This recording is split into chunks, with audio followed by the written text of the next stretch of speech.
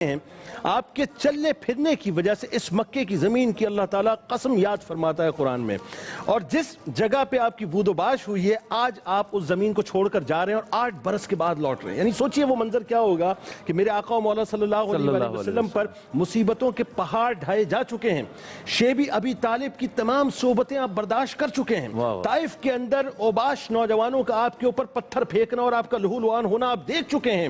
یعنی آپ نے اس مکے کی سرزمین کے اوپر پتھر بھی کھائے ہیں، پتے بھی کھائے ہیں، چمڑے کو ابال کر بھی پیا ہے. آپ کی پیاری سی زوجہ اسی سرزمین پہ گئیں، آپ کے پیارے سے چچا اسی زمین پر گئے، اور صحابہ کرام رضوان اللہ تعالیٰ علیہم اجمعین کا یہ عالم تھا کہ تپتی ریت کے اوپر ان کے اوپر ٹارچر کیا جاتا تھا، ان کے اوپر پتھر رکھے جاتے تھے، ان کے گلوں کے اندر زنجیریں ڈال کر ان پہ رسیاں پہنا کر ان کو گھسیٹا جاتا تھا. یعنی حضرت سمیہ میری ماں ان پہ قربان ہو جائے کہ جن کو ابو جہل نے نیزہ مار کے ان کی شرمگاہ پر ان کو شہید کر دیا تھا. یہ وہ تمام مناظر آپ کے ذہن میں، سب آپ کے ذہن میں. اور پھر یاد رہے کہ وہ احد کا مقام کہ جہاں آپ کے پیارے چچا والی مدینہ حضرت سیدنا امیر حمزہ رضی اللہ تعالیٰ عنہ کے کلیجے کو ہندہ نے چبایا تھا، وحشی نے آپ پر نیزہ مارا تھا، وہ تمام مناظر آپ کے ذہن میں ہیں.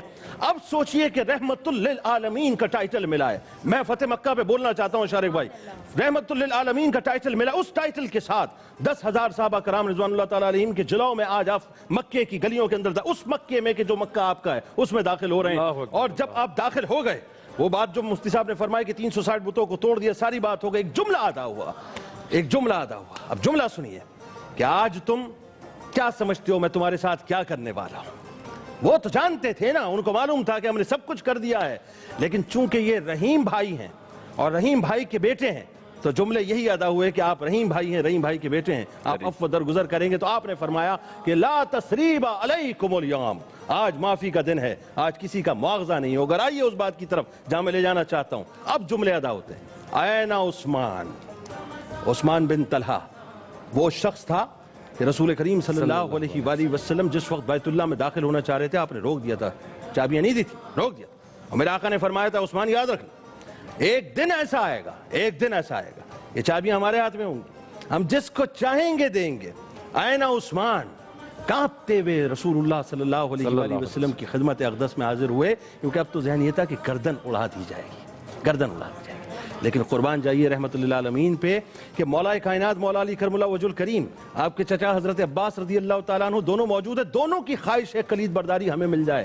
لیکن یہاں ایک پیغام پوری دنیا کو دے دیا فتح مکہ کے موقع پہ کہ طاقت قوت ہونے کے باوجود بھی رشتہ داروں کا خیال نہیں رکھا جائے گا، کیونکہ میں رحمت للعالمین ہوں.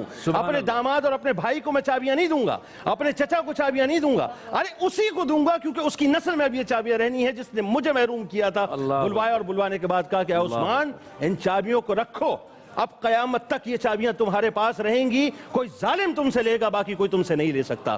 تو بنیادی طور پر آج پوری دنیا کو ایک پیغام جانا چاہیے صاحب اس 20 رمضان المبارک کو، اس ویسٹرن ورلڈ کو بھی اور ان لوگوں کو جو مسلمانوں کے ماتھے کے اوپر جو دہشت گردی کا لیبل چسپاں کرتے ہیں، جو یہ کہتے ہیں کہ ہم انتہا پسند ہیں، ہم دہشت گرد ہیں. ہم دہشت گرد نہیں ہیں صاحب، ہم انتہا پسند نہیں ہیں. ہمارے آقا نے تو ہر موقع پر معاف کیا ہے، اور معاف اس طرح سے کیا ہے کہ طاقت قوت سب کچھ ہونے کے باوجود بھی ہم نے تو لوگوں کو عطا کیا ہے، جنہوں نے محروم کیا ہے ہم نے ان کو عطا کیا، ان کو دیا ہے. مسلمان دہشت گرد نہیں ہیں، مسلمان امن پسند ہیں، پیار کرنے والے اور محبت کا درس دینے والے ہیں.